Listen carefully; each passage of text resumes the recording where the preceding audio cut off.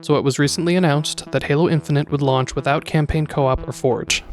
Unfortunately, as we focused the team for shutdown and really focused on a quality experience for launch, we made the really tough decision to delay shipping campaign co-op for launch. And we also made the tough call to delay shipping Forge past launch as well. The good news is that we are still getting these features, as they will be added to the game 3 months and 6 months after release respectively. I'm bummed about their omission at launch. Co-op has been a big part of my Halo experience. My first experience with Halo 3, 4, Reach, and ODST was playing campaign co-op with my girlfriend. When I got an Xbox One and the Master Chief Collection, we binged all the games, and those couple weeks playing through them with her were incredibly fun. We're currently playing through Halo 5 together, and that's been super fun too. So while I had planned on my first playthrough of Halo Infinite being solo, I had also planned on then immediately starting a new game of co-op with my girlfriend. I'm sad that we won't get to experience it together for at least 3 months after the game comes out. Halo has become a big part of my life, and campaign co-op is one of the best ways for me to share that with my girlfriend. The campaigns of first-person shooter games don't usually hold her attention for more than a couple levels, which is fine. They just aren't her preferred genre of game. I couldn't keep myself invested in The Sims or Harvest Moon 64 as long as she can. We're different people, and we have different interests. But when we play co-op together, it's different. The journey isn't just Master Chief's anymore. It's hers and mine, and we like that. Forge is not as big a loss for me, but it still bums me out. After the Halo Infinite technical preview a couple weeks ago, I was missing Infinite a lot. I wanted to capture the feeling of those maps and the guns again, so I tried recreating one of the maps, Livefire, in Halo Reach's Forge mode. For anyone who doesn't know what Forge is, it's a map editor that was built into Halo 3, 4, 5, and Reach. In Forge, I can use pre-made walls and props to create my own multiplayer levels. Then I can invite friends to plan my map with me. It's a really cool feature that I've only just gotten into since the Halo Infinite technical preview. And even though I only just started using Forge, I will miss it when Halo Infinite launches without it. I do understand why 343 has decided to launch the game without these two features. They're simply not ready. And I bet the developers wish they could delay the game again so they could deliver a complete game on day one. My guess is Microsoft is going to have a fresh batch of Xbox Series X's and S's for sale this holiday season, and they really want Halo Infinite to launch with them, which is fair. I think what bugs me the most is how these modes clearly haven't been prioritized. I get that the pandemic has made 343 shift their focus to the base campaign and multiplayer to get them ready for launch, but this was probably an issue long before the pandemic. I've heard about how Halo 5 also launched without Forge and some other key features, which were later added, but how bummed that made people back then. I wish that meant that the day they began working on Halo Infinite, they said, alright, everyone expects campaign, multiplayer, co-op, and Forge, bare minimum. So let's make sure that every one of those things is getting worked on in tandem from day one. It seems like the problem was that they didn't work on co-op and Forge enough before the pandemic, and once the pandemic hit, they were forced to divert resources to the campaign and multiplayer. Whatever happened in the past behind the scenes can't be changed though. Halo Infinite will launch without co-op and without Forge. I accept that reality, and I will adjust accordingly. However, since 343 has a couple extra months to implement co-op and Forge, I would like to offer some ideas that I think would make them even more worth the wait. Firstly, co-op should never be canon.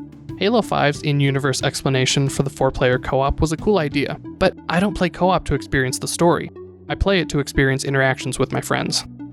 Therefore, I think 343 should lean into the non-canonical nature of co-op and implement some fun things to augment the experience. For example, I want to be able to use my multiplayer weapon and vehicle skins in the campaign. When I play in the Master Chief Collection, I'm bummed that I so rarely see my weapon skins because they don't show up in the multiplayer game modes I play the most. Some of these look pretty cool. It's nice to see them in multiplayer, but what's even cooler is seeing my weapons and my player skins in Reach and Spartan Ops. So what would be neat is if in co-op for Halo Infinite I could play as my multiplayer Spartan. I don't care that it wouldn't be canonical. People would call me Chief, but I'd probably be playing as a buff purple lady Spartan, and that's fine with me. I will have played the campaign the intended way already. I will have gotten the full experience. I think a feature like being able to use my multiplayer skin in co-op could only enhance the game. I'm not saying that this should be forced on every player playing co-op, but it would be nice to have the option. Next, how could 343 enhance Forge mode with their extra 6 months of development time? Well, for one thing, I want to be able to spawn bots. We've seen that the multiplayer servers are designed to be able to run Spartan bots. The entire tech preview, minus 2 hours or so, was fought entirely against bots. But I don't just want Spartan bots, I want Covenant bots. Basically, I want to be able to create single-player or co-op experiences in Forge. 343's inclusion of bots in multiplayer games gives me hope that they might already be working towards something like this. But I want Covenant bots as well as Spartans. If people could forge single-player levels, Halo Infinite would literally never die. Community members would create amazing single-player content as well as multiplayer maps and game modes. I can picture people forging remakes of past Halo games in Halo Infinite. It would be incredible. I imagine some people would think that I'm asking too much. And yeah, I probably am. The extra time 343 is taking to make co-op and Forge is probably all necessary just to get them working in their most basic states. But I know that these features I'm suggesting would be excellent additions to Halo Infinite. How do I know this? Because they've both worked before in another game series. And that series is...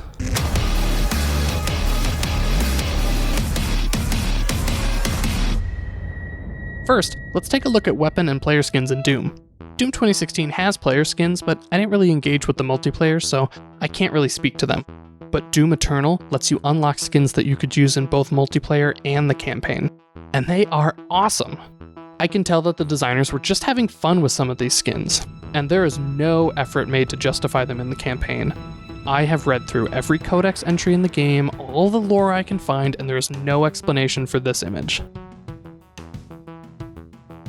And that's totally fine, because if I want the authentic experience, I can put on the default skin and play the game as intended. My first playthrough was with the default skin, so I received the intended experience. After that, Doom said, "Have fun, go nuts," and gave me a skin where I have a beer belly and hair coming out of my helmet. I wouldn't dream of asking Halo Infinite to go this far.